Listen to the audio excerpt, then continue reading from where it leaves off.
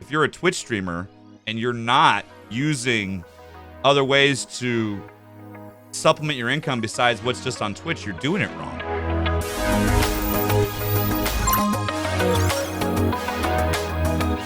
Yeah, I was in London for about a week, and in Wales for a few days.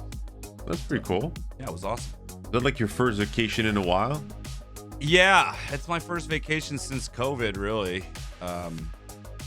I hadn't, and my first time traveling internationally in a long time. It was my first time. My wife and son got a chance to go, so. That's pretty cool. That's nice. I'm not jealous. It's okay. Hey, you know what? I guess we're already started the podcast, haven't we? Yeah, I guess so. It's episode what now? 17, I think. We're with the MiddleAgedStream, Jimmy Jimbles. So, what do you prefer?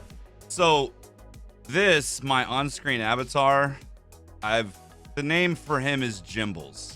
Jimbles. But when I'm just me, I just go by Jimmy. There we go. Nick. But I guess both of you are on this podcast, right? Correct. Yeah. Sort of. Super happy to have you. Oh man, I'm glad to be here. It's always fun to do podcasts. So. And I'm super happy that we start on such a positive note, going out of the country, visiting UK, and how is it right now? Because I went to New York recently, did Boston, went to PAX, and I went to New York, but I drove. Yeah. I didn't take the plane, and I'm planning something this summer, of course. Might go to Europe or something. How is traveling after COVID? Do you still need to wear a mask? Like, how are things? So masks are now optional pretty much in most places, and they literally just changed the rules before we came back to where you don't have to re-enter the United States. You don't have to have a negative COVID test. Right. So like that changed literally days before we came back because we were all ready to get one. So it wasn't that bad, and it was. The airports were pretty crowded and whatnot, but overall, I didn't feel too weird about it. And of course, my family and I are all vaccinated and boosted, and we all had actually, even with that, had all caught it back in February. I think most people did by now, honestly. Yeah, it's getting harder and harder to find people who haven't. But hermits may still be clean. There's a few. Yeah, those hermits that have been holding out. But I feel like at this point, everyone, if you're going to get it, just hopefully you've been vaccinated first, because it wasn't that big a deal, when we got it. But yeah, it's I feel like almost a new person right now because of I just resigned from teaching. I've been teaching for 12 years, the last 12 years, teaching high school history, and I had been coaching athletics too, but I resigned from that basically when COVID started.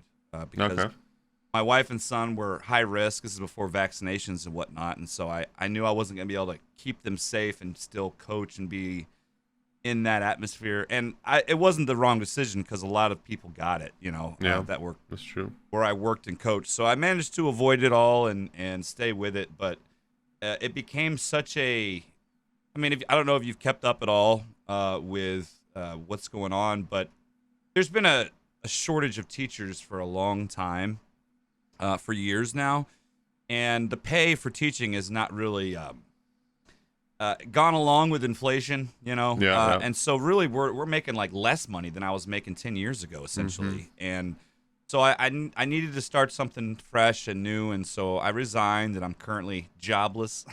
But I'm still getting paid for teaching. Is weird like that. You actually get paid for a contract, but they pay you out throughout the year. So I have a few months before I get my last paycheck, so I'm looking for remote work now, and I'm looking at a bunch of different industries, and there's actually a lot of companies out there that are looking to hire former teachers. So I've already had a few nibbles, and I feel confident I'm going to find something that'll give me a much better work-life balance and be able to spend more time with my family.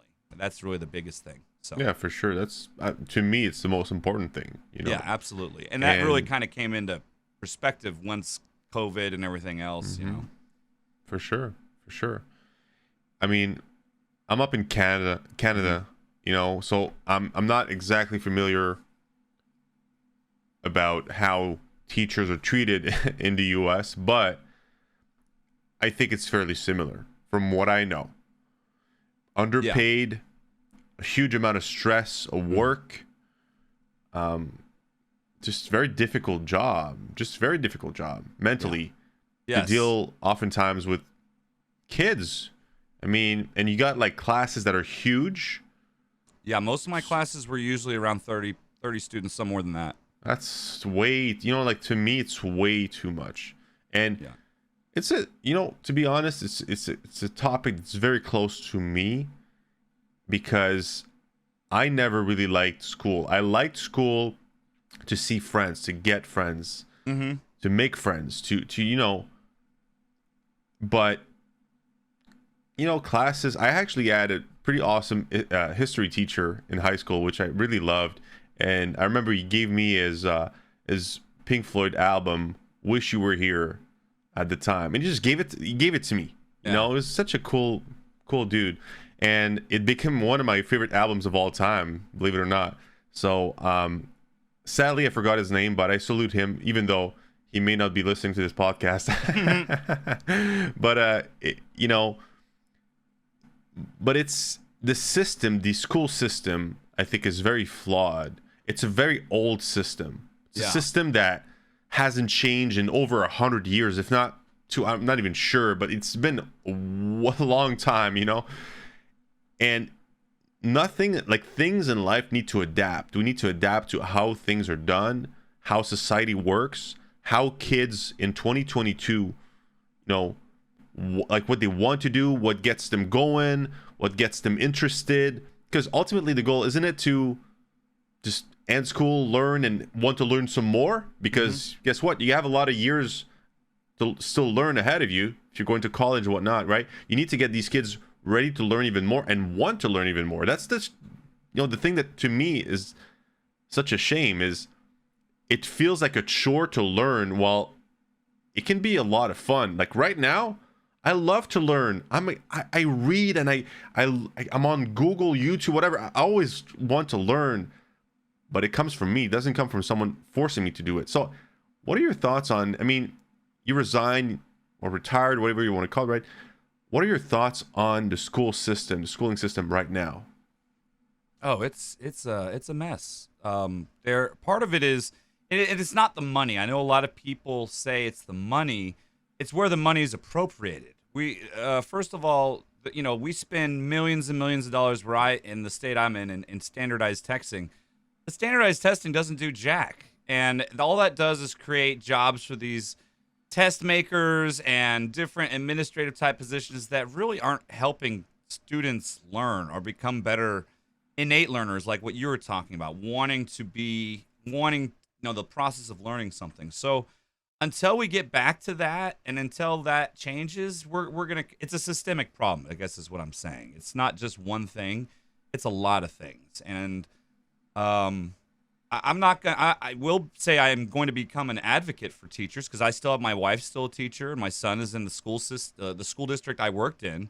It's just now I'm not handcuffed by and muzzled by the school district. I can actually speak out at these school board meetings and try and help implement change from the outside now. That's kind of where I'm at, when it comes to education. So, but getting back to it, it's exciting now because, this is my new-ish office. My wife pretty much built this for me as a kind of a love letter to me, and also an anniversary present. I helped her, carry the heavy shit, but she pretty much built this entire, I call it my stream shack, where I stream from, but it also doubles as like a home office for me. And so it's like I'm perfectly ready and capable to be able to, work from home and work remote now, and I'm kind of excited about it, because it also means I will inevitably have more time to focus on some of my content creation, which has been my favorite hobby for the last 7+ years. So what made you start? By the way, really cool setup you have there. Thank you. I like we have, is that colored lights in the back, or is it just the colored walls that make it look like it's purple? It's colored. I have colored lights that can change the color in here. Yeah, very cool. But yeah, what made you start streaming? So I started streaming in like February of 2015 from the account I am now. It was actually a few weeks before, I guess technically the end of January, but I'd been watching Twitch for a few months. I didn't even know Twitch was a thing until it was like the fall of 2014, and I was on my Xbox One, and it was back when Twitch was like pretty new. It was shortly after, it switched over from Justin TV. And they had a feature on the Xbox where if you were looking to buy a game, it said see gameplay on Twitch, which I didn't know what Twitch was. So I clicked, and then I realized, oh my gosh, this is someone's live streaming this game. It was with like their Connect and, Mm-hmm. Yeah, sure. And then as I learned more about the platform, I saw way more elaborate setups and stuff. And, eventually I thought I would try doing it. So I did it from my Xbox One and Connect camera for a few months. And I enjoyed it. And so I decided I was going to build a computer so I could do cooler stuff on stream. I'd never built a computer before. So I just, I got on Reddit and helped build a PC and learn from people, watched a bunch of YouTube videos, and I put together my first PC. And I just slowly started getting more and more Steam equipment for stream over time. And kind of learning on the fly, meeting other creators in the space. And it was always just something, it was kind of a fun hobby. And eventually, I had grown enough to where I had a solid audience of like 20 to 30 people who would show up every stream after, a couple years. And it was around then that the affiliate program started. And I kind of thought of it as a way to hey, look, I can basically pay for my video game habit. That was it. I mean, I wasn't making a ton of money off of Twitch, but I was making enough to basically pay for the games I would play on stream. And that to me was it. It was like a way, I was already going to be playing video games. It was fun to broadcast and kind of be able to put my own little spin on it. And it just kind of grew from there over time. And eventually, because I realized I have a thing, even though maybe you don't notice it so much on a podcast because I'm engaged and talking to you the whole time. But I had this thing, sometimes we refer to as RBF, which I don't know. Right. Can I cuss Sure. at all? Yes. I still didn't want to break any rules. Yep. Resting bitch face. Yep. And when I play games, sometimes it's very obvious. And also because of my job as a teacher and because the channel was starting to grow and there were even some kids that found it, I didn't want to be in a situation where someone clipped me saying something out of context and it causing an issue for my job. You know what I mean? Right. And I'm not breaking any terms of service or anything, but I have a mature audience's stream. We say some stupid stuff, and I didn't want something and so I made the switch to stop using a cam, and I did that for about a month or so before I realized I need to have something else to engage the audience besides just being camless. And so I decided to go with the avatar, which was based off my very first emote, the dancing beer, because I used to do a little dance when I would go up and take a break to grab a beer before I had a beer fridge in my office. Right. So it's all kind of based off of all my early days of streaming. Is that what I see at the bottom right of your camera? What's that? The beer fridge. Is that what I see at the bottom right of your camera? It's next to that. Okay, it's a little lower. That's a file cabinet. Oh, right. And then the fridge is right next to it. It's not. It's at a reachable distance. It's reachable. Yeah. Right down here. There you go. So you created Jimbles. Now you're a Twitch partner. You have, over 7,000 followers on Twitch. When you made that switch to Jimbles to ultimately become a VTuber, right? Mm-hmm. Were you a Twitch partner? And how many followers did you got? So you basically took off from there. Yeah. Right. It really, shortly after I made the change, and there was a bunch of factors. It was almost like the perfect storm because I switched to going camless, and then I created the avatar, and then I joined at the time a stream team, which was kind of an up-and-coming stream team, and that brought a lot of views to the channel. And then this was shortly after Rona started, so Twitch viewership exploded. And so it was like this perfect storm of things where all of a sudden my viewership one month was averaging 30, then to 40, then to 50, and it just kind of kept going from there. And and then I applied for partner the next year, and I got shot down my first app, and then I sent another one in like a month or two later, and they got like immediately back to me like 2 days later. They're like, "Yep." I was like, "Oh shit, thanks." Yeah. So why? Yeah. Why did you got refused the first time and not the second? Like, I mean, literally the numbers were exactly the same. Yeah. You know, but was your application different? Like, can we give a few tips and tricks to people that are wanting to get partnered on Twitch?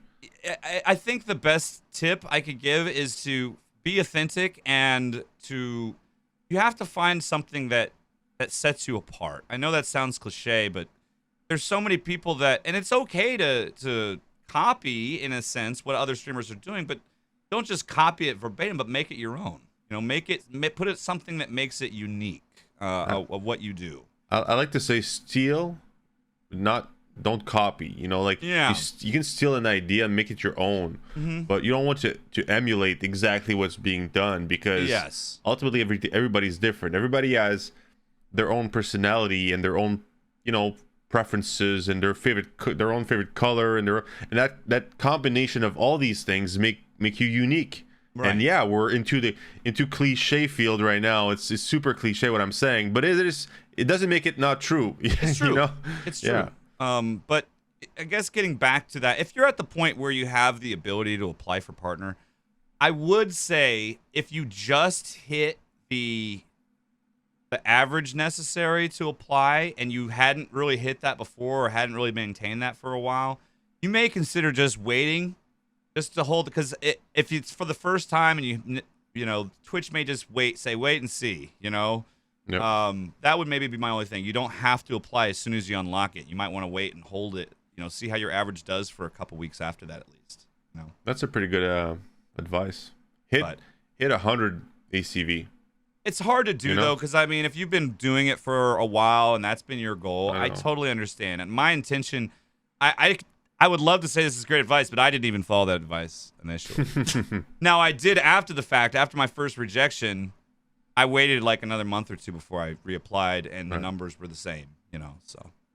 Right. I understand it. I mean, it is very hard because for most people, it takes years to get there. Yeah. And you've been dreaming and waiting about this, and to be like, all right, I can do it, but I'll wait another 3, 4, 5, 6 months. You know? Yeah. It's not, there's something too that I don't think is really discussed a lot. I've heard some partners talk about it and seen some social media tweets about it, but one thing that is not too uncommon from a lot of other partners I've talked to is that once you make partner, you might actually see a drop in both viewership and monetization for a while. And that happened to me, and I was kind of taken aback by it a little bit, you know? And it actually, you never wanted to focus on numbers and stuff, but when you've been doing well and seeing growth, and then all of a sudden it goes down, it's a natural human instinct to be like, what am I doing wrong? When it's really nothing you're necessarily doing wrong. But a lot of people are excited by supporting a channel that is on the on the threshold of getting partner, and then they see that and they're like, okay, well, I'm going to spend my time in another channel that's on that threshold too. Yeah. And that's totally okay. I'm not upset with anyone that is left. I'm not calling anyone out. I'm just saying I wasn't personally prepared to deal with that. And it kind of affected my mental health a little bit, you know? But it's all over with now, and I'm pretty much back to where I was when I had made partner anyway. And then I also got to remind myself that, and this is a bit of advice for streamers, don't ever tie your self-worth to a number, because it will just ruin your head. Yeah. Ruin your headspace. Focus on what you can do to make your stream better, and everything else follows suit. Yeah, numbers, they really don't matter, honestly. They only really matter if you're trying to, and even then, partnerships aren't all focused on a number. Really, what's more important is the level of engagement you have with your community. That is the biggest thing they're looking at now. And your uniqueness. I think you mentioned it as well. Are you unique? Do you have an engaged audience? Right.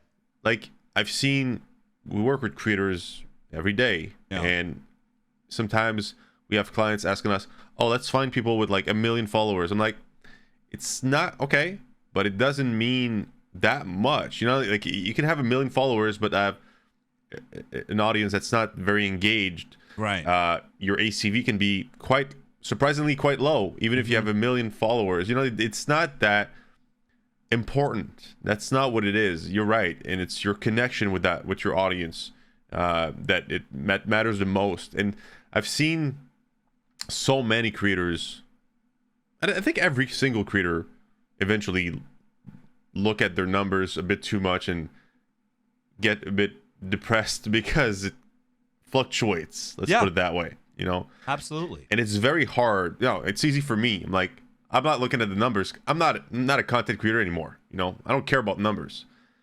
And if I did stream again or made YouTube content, whatever, it'd be probably super hard not to look at the numbers. It's one of the hardest things to do. But I think we all agree at the same time that it's not looking at your numbers is probably the healthiest thing you can do as a content creator. Yes, I have learned that lesson. It took me many years, and now honestly, I only look at my numbers like at the end of the month, just so I can see what some of the metrics were. I don't often check the stream summaries anymore. I used to, but now it's more for me. It's about what can I offer. Because one of the things, segue, it's actually great that I'm doing this podcast with you, because that's one of the things now that I'm not teaching anymore, I'm going to be looking to branch into, is finding relationships with other brands and other things that would make sense for my stream and my community, you know? Yep. I don't take I've done this year for the first time, I started doing sponsored content streams where a game dev reaches out and says, hey, would you like to play this? And they'll pay you a certain amount. And I had never done that before, mainly because I will only pick games that I feel like my community would like, you know. And I think I broke the threshold where I wasn't getting these. I was actually getting some pretty good games now, you know. Yep. So I was getting some better offers and was like, oh, well, this is something I can do now to kind of supplement. And I think that's really what the dream is for. And it was one of the topics. It says like Twitch streaming today.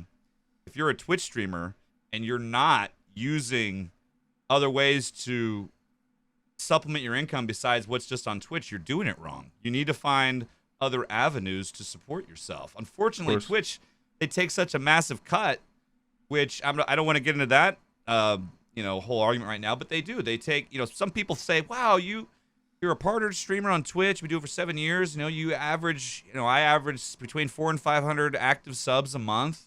And a good amount of bits, but when it's all said and done, and I'm okay saying this, I average about $2,000 a month gross on Twitch, which is great, but that ain't anything to live off of. Maybe if I was single and didn't do anything. Yeah, lived in a studio apartment in a suburb. Yeah. It's not covering anything, and it's pre-taxed, so I still have to pay taxes on that money. So effectively, it's like $1,500 a month, you know? And that's not enough to live off of. And I do laugh sometimes. People say, oh, you're going to be a full-time content creator? I'm like, no. I can't afford to do that. Triple that and maybe. Maybe, even if it was triple. But the thing is, I say $2,000 a month, but some months it might be $1,500, $1,400, $1,200. Sometimes it's over $2,000, but I'd say on average it's $2,000. But you never know what months are going to be your high months or your low months. And so if you're just depending on Twitch, the point I was trying to make, and not other avenues of income, you're doing it wrong. You got to find, if you're trying to help support and grow your channel, you have to do that, I think. Unless you just have a massive audience, which is not a whole lot of us. It's a very small percentage of Twitch streamers. Even then, they have deals. I promise you, they have sponsored deals that pays a lot.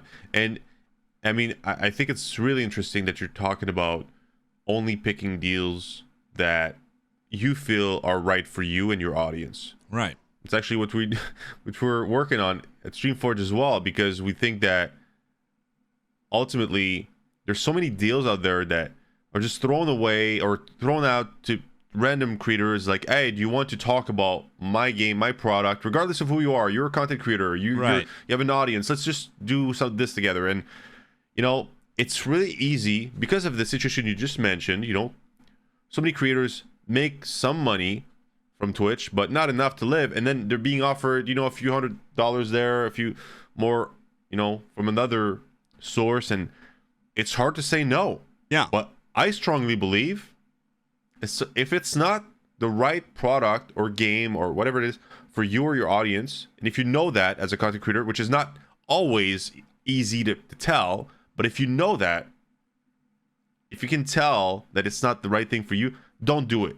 It's just not the right pick, because ultimately you're going to suffer for it, because now people are going to tell, your audience is going to tell that you're sponsoring something you don't really care about, a game you don't really like, and they're going to associate you doing a sponsorship with he or she's playing a game just for the money. Yeah. They're not taking us into consideration. They're just doing it for the money. So what's going to happen? They're not going to show up. And then if they don't show up when you're doing sponsored deals, guess what? Yeah. Prices going to go down.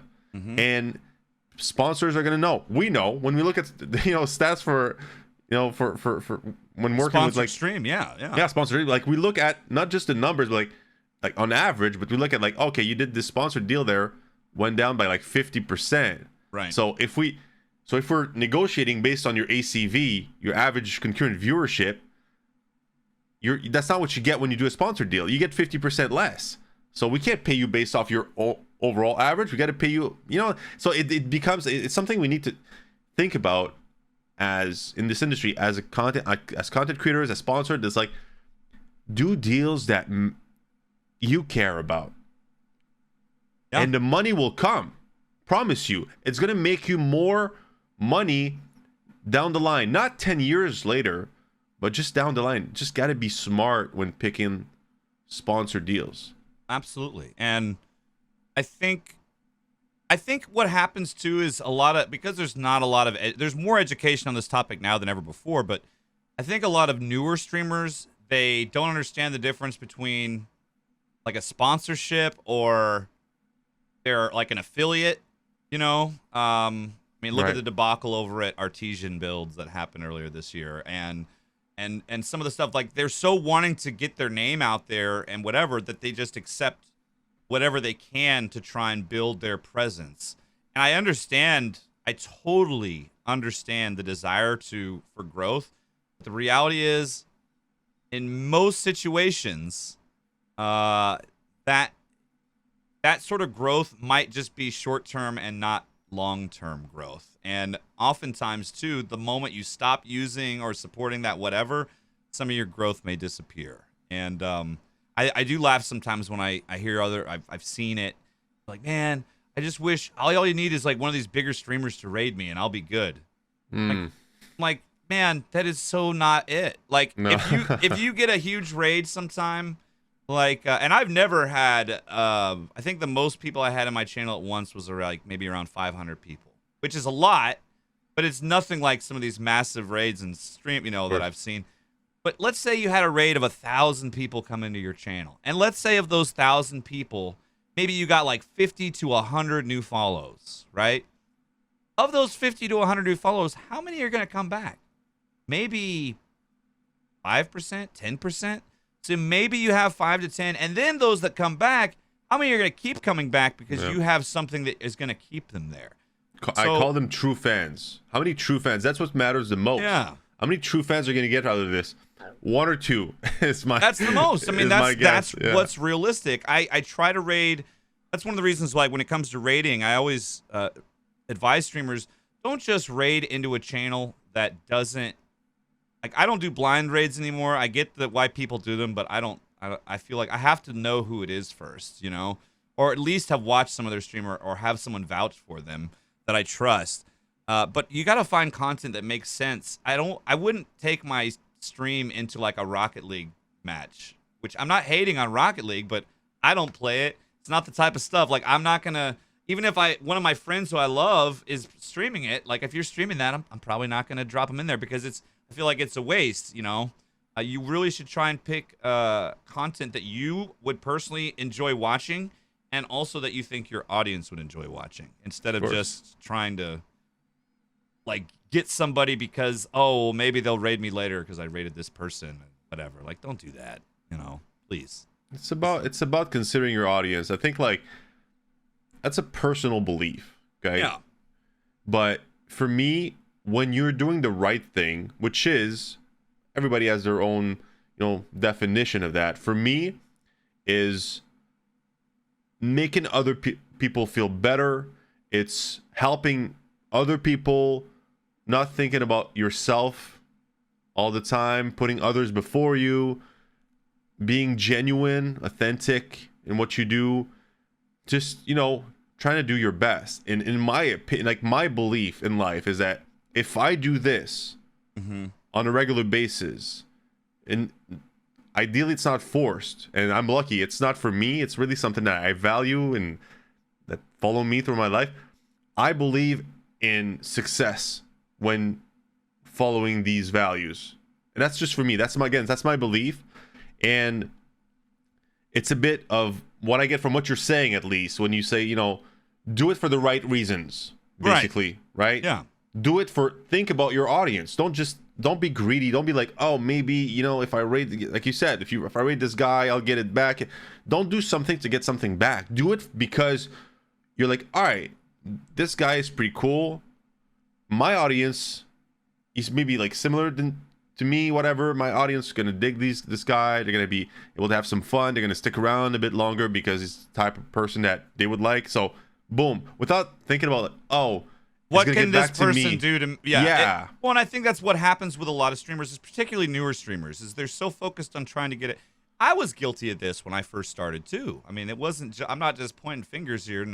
I understand that mentality because I went through it a little bit early on. When I was first starting out on Twitch and I had no real clue about how to create a community, what is an appropriate way to go out and meet other creators, when it's I guess the best thing is find people who you vibe with and spend time in their community. That's it. You don't need to talk about your stream.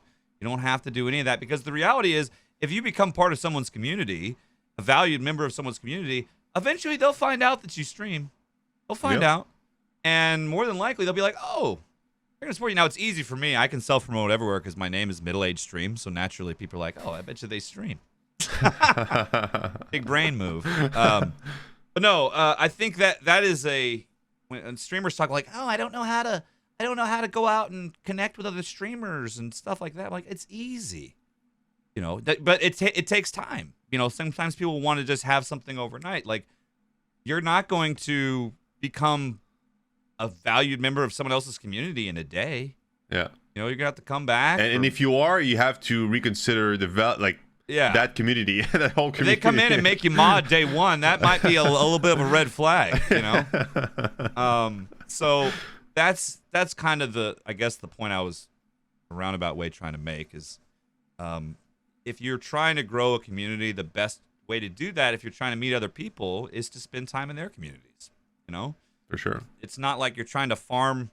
I hate the mentality. People like, oh, my viewers, they're like, nobody's viewer belongs to you. People can go wherever they want on this platform. I'm always honored when people, especially other streamers, come hang out in my channel, because I also, as a streamer, I know your time is even more limited if you're creating content a lot on Twitch. So absolutely, I always feel honored when other streamers want to come hang out and enjoy my content too. It's the most valuable currency in the world. It's time. People are giving you their time. They're spending their time. They're choosing you to spend their time of their lives, which is the most limited amount of, resource we have. I mean, because we can't have an infinite amount. We can't recreate. We can't duplicate time.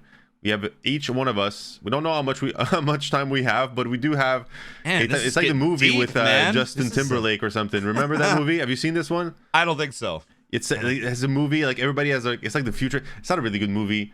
It kind of makes me want to rewatch it. You said Justin Timberlake, so I was like, well, you know he's what? Not really known for his acting. No. But but it's interesting. I think he has it's like in the future, and they have like a watch with like how much time, ahead. I think I know what you're talking about, but I can't remember the name of it. I do know. They know how much time they have left in their lives or something, and I don't know. I think saw there that was I want to say there was like a Black Mirror episode with something similar to that too. It's possible. Yeah. Yeah. Love that show. But anyway, so like, I think it's a blessing to have people's time, especially as a content creator. It's just you, and you're just chilling in your office, basement, whatever it is, and people are spending time with you. I think it's just tremendous, It's amazing, and I've met so many great people because of it, on the internet from all places, present company included. I've actually had a lot of, interestingly enough, Canada. I get a lot of Canadian viewership. I don't know what it is. I'm like, man, you're just chill, dude. I'm Canadians vibing like with you, dude. I mean, you're super chill.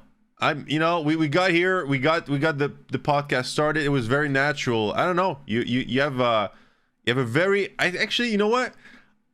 I saw you, and I was like, is this guy Canadian? I almost assumed you were Canadian by just your overall vibe. Yeah, I'm Texan. I don't know what it is. Yeah, there we go. All the way to the south. But, I guess we're not so different. I'm not like typical Texan, though. I'll say that. Yeah. No, but it's, you're just a chill dude. So I'm not surprised that, us chill Canadians going down south with you to chill on your stream. So, but yeah, ultimately, like, streaming content creation is a long play.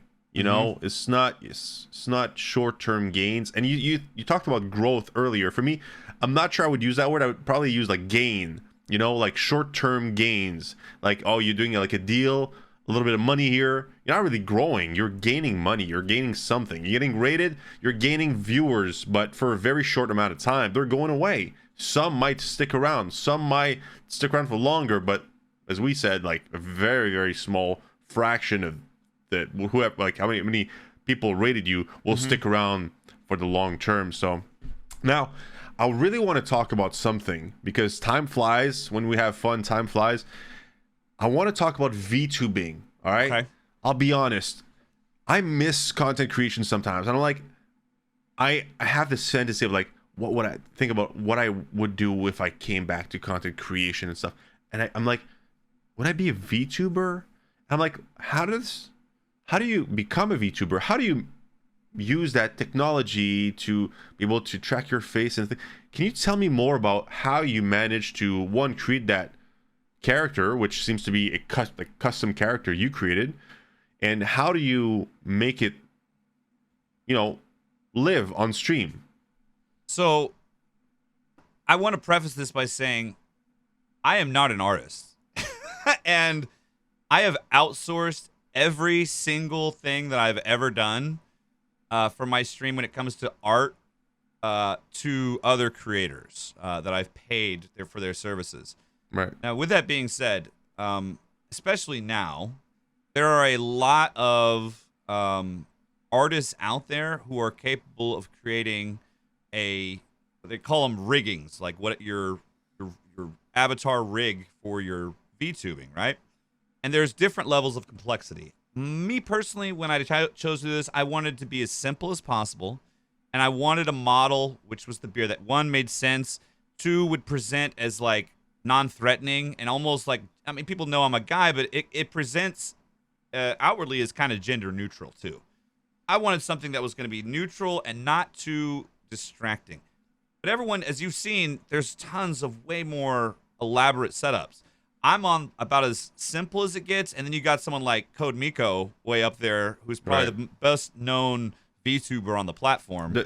Does she even VTube anymore? She does a little bit of both, but I mean, her VTube's like rigging is unreal. Yeah. It's unreal. Yeah, that's amazing. So that's the other end of it, where you could have like an actual bodysuit and full tracking. I just have the camera I'm using now. It's the camera I bought when I first started streaming from a computer. It's a C920. A C920 does my rigging. I use a software that's no longer for sale, but they have it for sale, but it's not the original version. It's called Face Rig, which you might be familiar with that. Now it's called Animes, and it's a monthly subscription model, but I didn't upgrade because I didn't need all the bells and whistles because I chose simple. Yep. And yeah, so I paid an artist. I sent the emo. I said I want it to look like this. We did a few revisions, and I've been using the same. I tried making some changes to it, but I just kept coming back to the same model because I love it for its simplicity. And to further answer your question, how do I make him live, so to speak? How does Jimbles come to life? I create Either I create them myself by just finding things on the internet to make a cut-up scene, or I've hired 3D artists to create scenes for me that I can put my avatar in. So I have probably, I don't even know, maybe 50 separate, like, unique scenes that are different places. I've got, like, the Star Trek bridge. My avatar in an X-Wing that's spinning around. I've got a farm. I've got a aircraft carrier, the old GW mission accomplished, like a take on that. I've got all these different scenes that I use to kind of give life to the character. And then also, that's kind of my shtick a little bit. I don't do it all the time, but probably once, maybe twice an hour, I'll have a brief cutaway where I'm doing some type of kind of gag, based off of, I got a bunch of them, I got a bunch of different gags I do. So that's how you can bring the character. Very cool. That's how I bring the character to life. Yeah. And so let's do a starter, like a VTuber starter kit together, if you will, right? For our listeners and, secretly for me. Okay. So you have a C920. If you guys don't know, it's a Logitech, very classic. It's been out for years now. Costs around $100, right? Or so, maybe a little bit less now. Maybe less now, yeah. Yeah. So just generic standard webcam. Now you got Face Rig or Animatrix, whatever it is. How much is that? Animaze, I don't know what the monthly model costs. I'm guessing it's probably between $10 to $15 a month. I would be willing to bet. It might be less than that. I don't know. I don't look at the pricing. Yeah, $10 a month.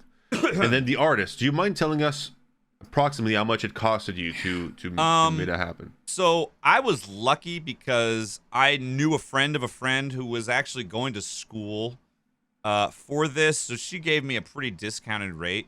But realistically, for a basic model, you're probably going to pay at least $800, I would say. And then it kind of goes up from there with complexity. Easily, probably, right? I got a discount because this person wasn't a full-time artist and a student, and because I was asking for something so simple, so she knew she would be able to do it. And so she quoted me for about half that. Yeah. It was like $400 when I knit. But again, that's not the normal deal, and I was only happy with it because I was happy to pay her. In fact, I paid another artist more than that to redo it, and I was unsatisfied with the new one and just stayed with the old one. Right. I still paid her for her work. I was just like, I'm just not going to use this. So it's not the cheapest thing, right? So you need to have some budget. So 800, I would say it could go up to 4,000 or 5,000 easily. I'm guessing if you're looking for something. If you were looking for something completely elaborate, yes, but I would say you're probably going to pay between $800 and $1,500 on average is probably like the going rate for a fairly simple. And it could get, if you wanted a lot, it could be more than that. Right. Okay. I mean, that's pretty much it, though, isn't it? I mean, other than that, you need your typical, obviously, streamer setup, your mic and your lighting and your, whatever, your But even PC. lighting is not that important if you have because it uses different, features on your face. You just have to have a little bit of light. You don't have to have a ton of light. Okay. And not even, and since you're using what's essentially a green screen with your avatar, I mean, you can place it anywhere. I mean, it makes it simple for when it comes to figuring out where you want to put it on your screen, All right, so you need $1,000 to $2,000 to get you started, basically, with VTubing on average. If you are coming from a place where you can't do it yourself, there's plenty of people out there that have skills and there's other cheaper options too, besides going this route. Like some people, you can buy like apps or like software that can you have like more generic VTubers or whatever. Or you could like have several photos where there are people that use different softwares and type of VTubing where they have an image for each type of syllable or whatever they're using, and the software picks up on it and it creates the image of their face based on the sound that's coming through the microphone. So there's different approaches to doing it. There's some that don't involve a camera at all. It's just the sound. And the software is doing the work for you based on the sounds you're making. Right. But it's all just based on what kind of setup you want. For me, I went with what would be the simplest and easiest for me to use because I like to keep things as simple as I can when I can. That's very cool. Thanks for sharing that. Yeah. No problem. So you play retro. I would say I play about 50% retro, 50% modern these days. Right, because you mentioned the Xbox One when you started, so I was guessing not just retro, of course, but I also see the little Genesis mini console in the back there. Question for you: Genesis or Super Nintendo? Oh, Super Nintendo. What? I was hoping for. No, Okay. Super Nintendo. I was a Super Nintendo kid. I didn't really get to start playing Genesis until a few years ago, actually. Really? Because when this thing came out? Yeah, it was around the time when that came out. But I've always been a Nintendo kid. I was at the Nintendo lunch table. But mainly because most of my friends had it. I only had a few friends that had Sega, so it was just it's what I played the most of growing up. That's all. You know? I don't know. Like, I guess as a kid, like, Nintendo was more popular than Genesis. I guess depending on where you lived, but I think here and I had a Genesis. I don't know what happened. Like, my parents went to the store and like they asked for a Super Nintendo. Like, we're all out. What do you got? What else do you got? Oh, we just got this Genesis stuff, you know, just sitting on the shelves. No, but it was. I'm joking because I love obviously both consoles, and I'm very interested in retro. Not to plug one of our friends and clients, but have you played the new TMNT game? It's released today at the time of recording this episode. I'm planning on playing it tonight, actually. I'm planning on streaming it tonight. Do you have a key? I have Game Pass. Okay, it's on Game Pass. Yeah. Okay, so cool. I already knew I was going to get it, so I was like, I would have bought it anyway, though. I mean, it's my type of game, you know? It's pretty fun. I was playing it, eating pizza for lunch. I had to do it, you know. I ordered pizza. I was playing it. I thought it came out yesterday, so I had pizza for lunch yesterday, and I was disappointed because it was the review embargo that lifted yesterday. Yep. And I was just like, yeah. One day before the full embargo lifted, for sure, exactly. So, or the launch, yeah. That's a lot of fun when you know, retro franchises come out with brand new games like this. Like Streets of Rage 4 did that well, and that was a lot of fun, you know. And I think there's like a revival for beat 'em up games as well. That's exciting because I love beat 'em ups. I've played so many on stream, some old ones that are most people don't know about, and a lot of the newer ones too. They're one of my favorite genres of retro games for sure. What is your favorite beat 'em up of all time? I know it's not the best, and I've played better beat 'em ups, but the nostalgia factor for me, just because it was one of my favorites growing up, is Final Fight. Yeah. The original Final Fight is probably my favorite beat 'em up because I played that so much growing up. It's not the best beat 'em up out there. I know there's better beat 'em ups, but what's better though? You know, who cares? I mean, you could argue that. Yeah, you could make an argument. I love the new Streets of Rage. I didn't grow up playing any Streets of Rage, and that new Streets of Rage was incredibly good. I mean, what an amazing beat 'em up. But if you look back at like the originals, there's something about Final Fight that just always puts me in a good mood. So. What exactly? Then it's the best. It's the best for you. It's the best for me. You know, exactly. You know, so that's great. I wanted to go back to your stream a bit, and your stream is for mature audiences, right? You used to be a high school teacher, so it's going with the 18 plus mature stream a way to like let the steam out, or why is your stream 18 plus? I am very much a believer of also separating my work life and my home life and everything.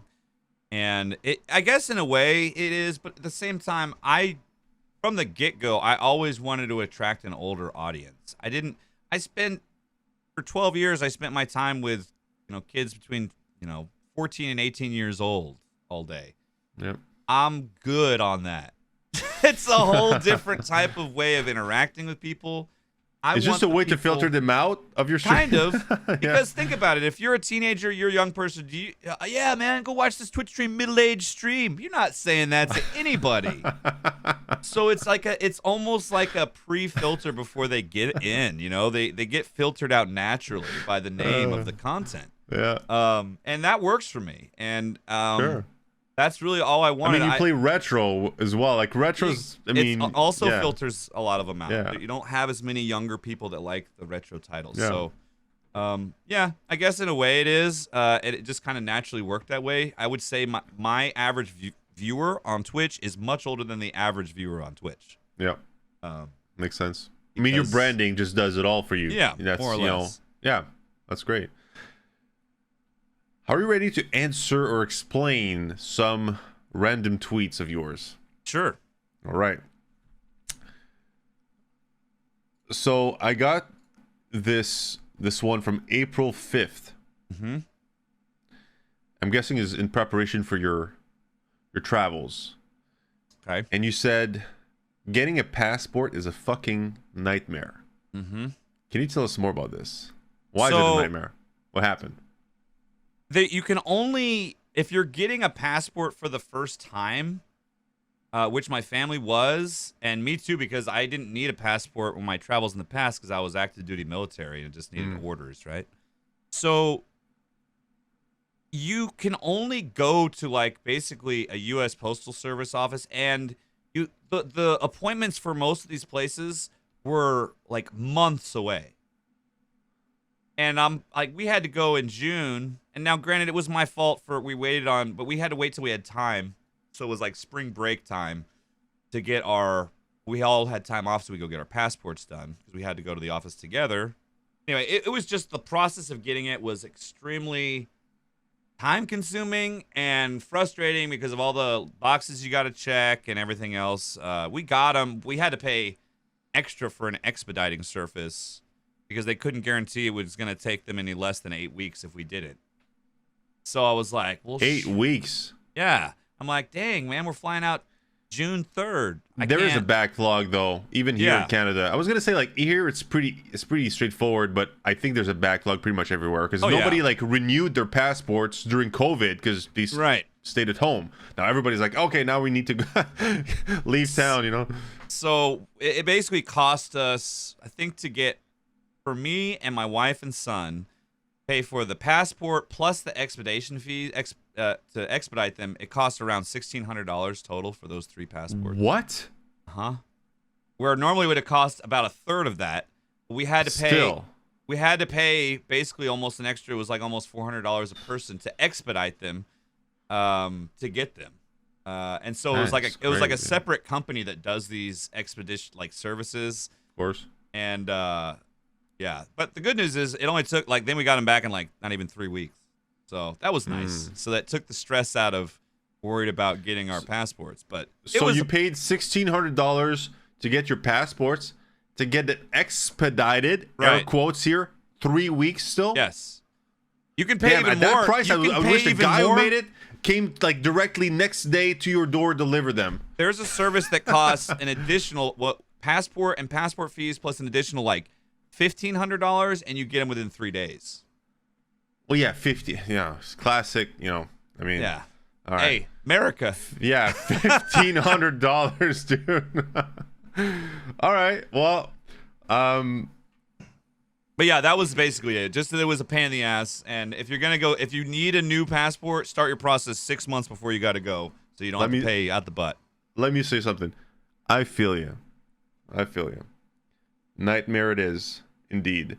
One more negative. Now we're going positive tweet here. Seems. You know what juice keeps the streamer going? My family. My son turned 11 today, so we took him to his favorite Japanese steakhouse. Please, son, stop growing so fast. Mm-hmm. So we have pictures of you and girlfriend or wife. Your wife with your son who turned 11 on March 23rd. Yes. Can you tell us more about your family and how they keep you going? So my wife, first of all, she's awesome. She's my best friend. She's super supportive of all my content creation and Twitch stuff, which is amazing. My son, he's a little gamer himself. He has his own PC, which he likes to spend a lot of time on, and we share a lot of the same sort of hobbies. I like to game with him, and go to the movies, and He's super kind. He's super smart. We're just very lucky parents, man. Like, I hear all these horror stories about children, and I'm like, man, my son's good. Like, he doesn't do any of that. So Yeah. it's nice, but it's also to stop growing so fast. Like, oh, I feel like just yesterday he was born. Now he's gonna be graduating high school in 7 more years. It's like, man, where does the time go? So, yeah, they're my rock, and they keep me going, for sure. I love them more than anything else on this planet, and having them in my life also makes it easier for me to do content creation because they put me in such a good mood. It's easy to kind of keep that going, you know? It's amazing. Thank you for sharing that. Yeah. They do grow up fast, though. They do. Yeah. My son's 4, and it's like, I blinked, Yeah. and he just grew up, 3 feet, or whatever, how tall he is now. So it's pretty nuts. Soon enough, he'll be the size of your kid. Oh yeah. Blink again. Yeah, exactly. Audience questions. Got a few. Now, Okay. This first one is addressed at Jimbles. Okay.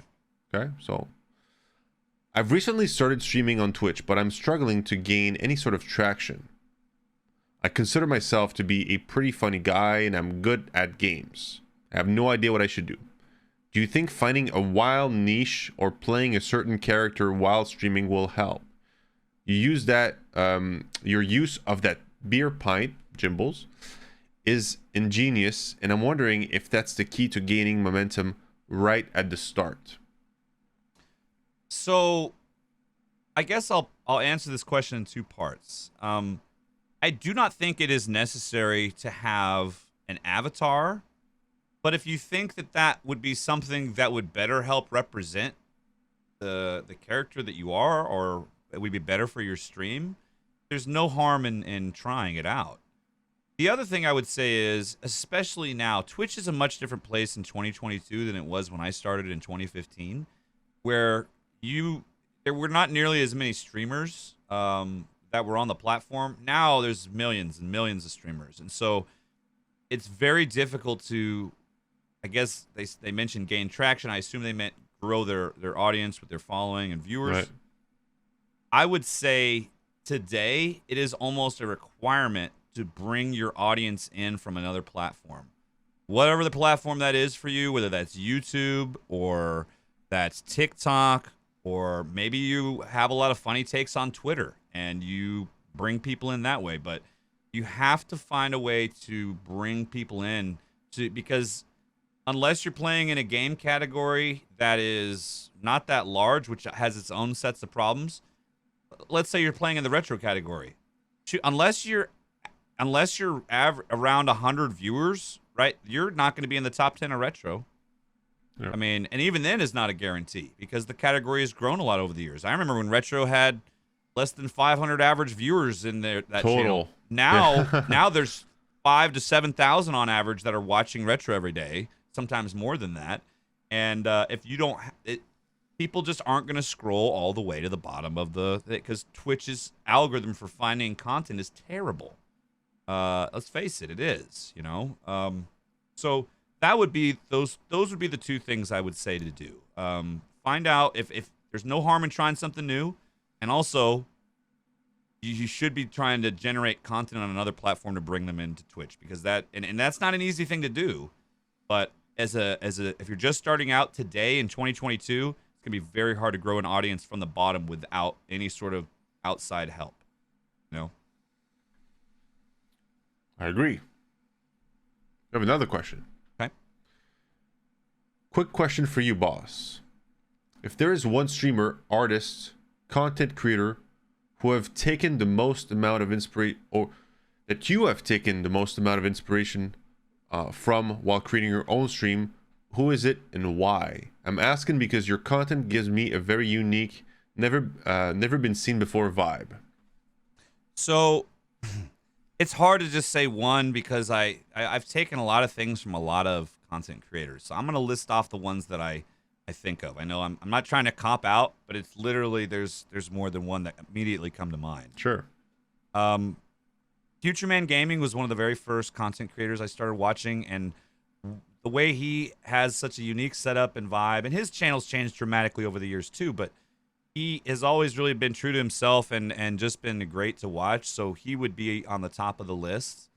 I would say I have a buddy named Knackers, who is a friend of mine, and another content creator that just, he's helped me dramatically on the technical side of the platform, as well as, he's got a lot of really good takes on just how to be a good content creator. And he's also a close friend of mine. So I would definitely say him. And then I guess to round it out, I would also say Late Night Retro, who is another content creator he is very unique, very old school, and does things his way. But, when he first started out, I managed to be around his channel. His channel is essentially the same it was when he first started. And he doesn't use a cam. And I learned the value of not having to use a cam and using your voice to be expressive and things like that. I learned a lot of that from watching his content. So I would say those three would be the ones that have really probably inspired me the most. There's plenty of others that have, but I would probably say those three, yeah. Awesome. Shout out to them. Yeah. Thank you so much. Rapid fire is the next section, man. Are you familiar with that? I think so, yeah. Okay. Two options. You pick them, or one of them, as fast as you can, okay? Mm-hmm. Don't overthink. Just answer. All right, we got 15 questions for you. Jimmy, you ready? Ready. On the clock. Let's go. Football or basketball? Football. Beer or whiskey? Beer. TikTok or Twitter? Twitter. Sniff butts or eat dog food? Eat dog food. Never have to sleep or never have to eat? Never have to sleep. Get $100,000 right now or $1 million in 5 years from now? 100,000 right now. Star Wars: The Empire Strike Back or Return of the Jedi? Empire. No phone or no computer? No phone. Coke or Pepsi? Coke. Burgers or hot dogs? Burgers. Would you rather forget your partner's birthday or your anniversary? Anniversary. Lose the ability to speak or never play video games again?